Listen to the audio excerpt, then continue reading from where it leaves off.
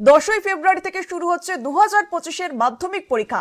আর মাধ্যমিক পরীক্ষা শুরুর আগে 10 দফা গাইডলাইন প্রকাশ, আর এই গাইডলাইন প্রকাশ করলো মধ্যশিক্ষা পর্ষদ। 10ই ফেব্রুয়ারি থেকে শুরু হচ্ছে মাধ্যমিক পরীক্ষা, আর মাধ্যমিক পরীক্ষার আগেই 10 দফা গাইডলাইন প্রকাশ করলো মধ্যশিক্ষা পর্ষদ। গাইডলাইন মেনে কাজ না করলে শাস্তিমূলক পদক্ষেপ গ্রহণ করতে পারে মধ্যশিক্ষা পর্ষদ। 10ই ফেব্রুয়ারি শুরু হচ্ছে 2025-এর মাধ্যমিক পরীক্ষা, আর মাধ্যমিক পরীক্ষা শুরুর আগে 11 দফা গাইডলাইন প্রকাশ মধ্যশিক্ষা পর্ষদের তরফে। আর এই গাইডলাইন না মানলে শাস্তিমূলক পদক্ষেপ করা হবে, এমনটাই জানিয়েছে মধ্যশিক্ষা পর্ষদ। 2025-এর মাধ্যমিক পরীক্ষা শুরু হচ্ছে 10ই ফেব্রুয়ারি থেকে, আর 10ই ফেব্রুয়ারি পরীক্ষা শুরুর আগেই 10 দফা গাইডলাইন প্রকাশ করলো এবার মধ্যশিক্ষা পর্ষদ। আর এই গাইডলাইন না মানলে শাস্তিমূলক পদক্ষেপ গ্রহণ করা হবে, এমনটাই জানিয়েছে মধ্যশিক্ষা পর্ষদ।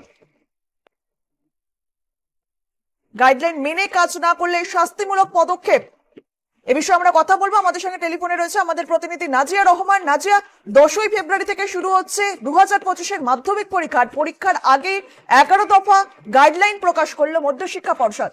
নাজিয়া, একেবারেই 10ই ফেব্রুয়ারি থেকে শুরু হচ্ছে মাধ্যমিক পরীক্ষা, 22শে ফেব্রুয়ারি পর্যন্ত চলবে এই পরীক্ষায় যাতে কোনো রকম কোনো সমস্যা না হয়, পরীক্ষার দায়িত্ব এবং পরীক্ষা ব্যবস্থা নিয়ে যাতে কোনো রকম বিভ্রান্তি না হয়, তার জন্য একটি গাইডলাইন প্রকাশ করা হয়েছে মধ্যশিক্ষা পর্ষদের তরফ থেকে। এবং এটি শিক্ষক শিক্ষিকাদের জন্য এই গাইডলাইন মূলত, এবং যে গাইডলাইনে অনুযায়ী পর্ষদের দেওয়া নির্ধারিত সময়ের মধ্যে শিক্ষক শিক্ষিকাদের পরীক্ষা কেন্দ্রে এসে পৌঁছাতে হবে।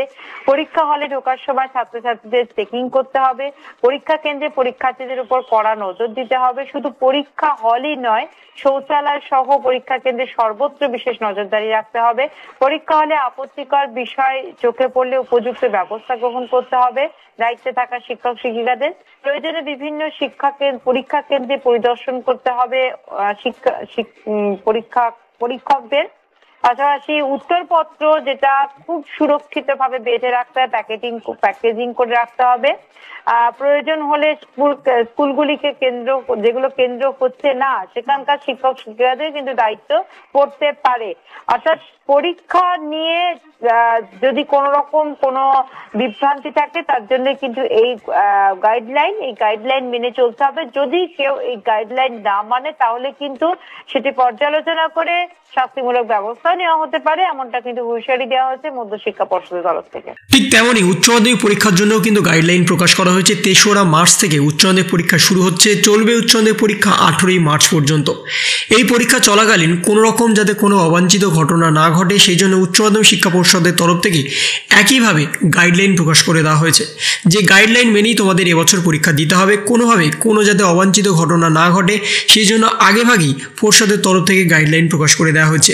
মাধ্যমিকে যা যা গাইডলাইন প্রকাশ করা হয়েছে ঠিক তেমনই উচ্চ মাধ্যমিকের ক্ষেত্রেও সেই একই গাইডলাইন প্রকাশ করা হয়েছে। এবারে শুধুমাত্র পরীক্ষার হলে নয়, বাথরুমে পর্যন্ত নজরদারি থাকবে যাতে কোনো রকম কোনো টুকলি অপ্রাসঙ্গিক যাতে ঘটনা না ঘটে, প্রশ্ন ফাঁস যাতে কোনোভাবে না ঘটে সেই বিষয়ে নজরদারি রাখার জন্য চারিদিক থেকেই কিন্তু পর্ষদের তরফ থেকে আগেভাগেই বিধিনিষেধ জারি করে দেওয়া হয়েছে। শুধুমাত্র ছাত্রছাত্রীদের জন্য নয়, শিক্ষক শিক্ষিকাদের উপরে দায়ভার দিয়ে দেওয়া হয়েছে যাতে কোনো রকম কোনো ঘটনা না ঘটে সেই বিষয়ে আগেভাগে পর্ষদের তরফ থেকে সরাসরি প্রকাশ করা হয়েছে এই গাইডলাইন। এবং 2024 সালে যে ঘটনাটা ঘটেছিল 2025 সালে যাতে সেই ঘটনা না ঘটে সেই বিষয়ে আগেভাগেই কিন্তু জানানো হয়েছে। 2024 সালে কিন্তু তোমাদের সেমিস্টার ওয়াইজ পরীক্ষা হয়নি, কিন্তু 2025 সালে সেই সেমিস্টার ওয়াইজ পরীক্ষার মাধ্যমে তোমাদের পরীক্ষা হবে, কিন্তু সেটাও নিজ স্কুলে নয় অন্য স্কুলে গিয়ে। সবাই ভেবেছিল 2025 সালে যেহেতু সেমিস্টার ওয়াইজ পরীক্ষা হবে সেহেতু অন্য স্কুলে গিয়ে পরীক্ষা দিতে হবে না, কিন্তু পর্ষদের তরফ থেকে সরাসরি জানিয়ে দেওয়া হয়েছে অন্য স্কুলে গিয়ে পরীক্ষা দিতে হবে, এবং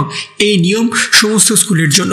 তো এই ছিল একটা ছোট্ট ইনফরমেশন তোমাদের সকলের জন্য। যদি তোমাদের ভিডিওটা ভালো লেগে থাকে তবে লাইক করো, শেয়ার করো এবং অবশ্যই সাবস্ক্রাইব করো। তার পাশাপাশি তোমার মতামত কমেন্টের মাধ্যমে জানাও। ভালো থেকো, সুস্থ থেকো, ধন্যবাদ।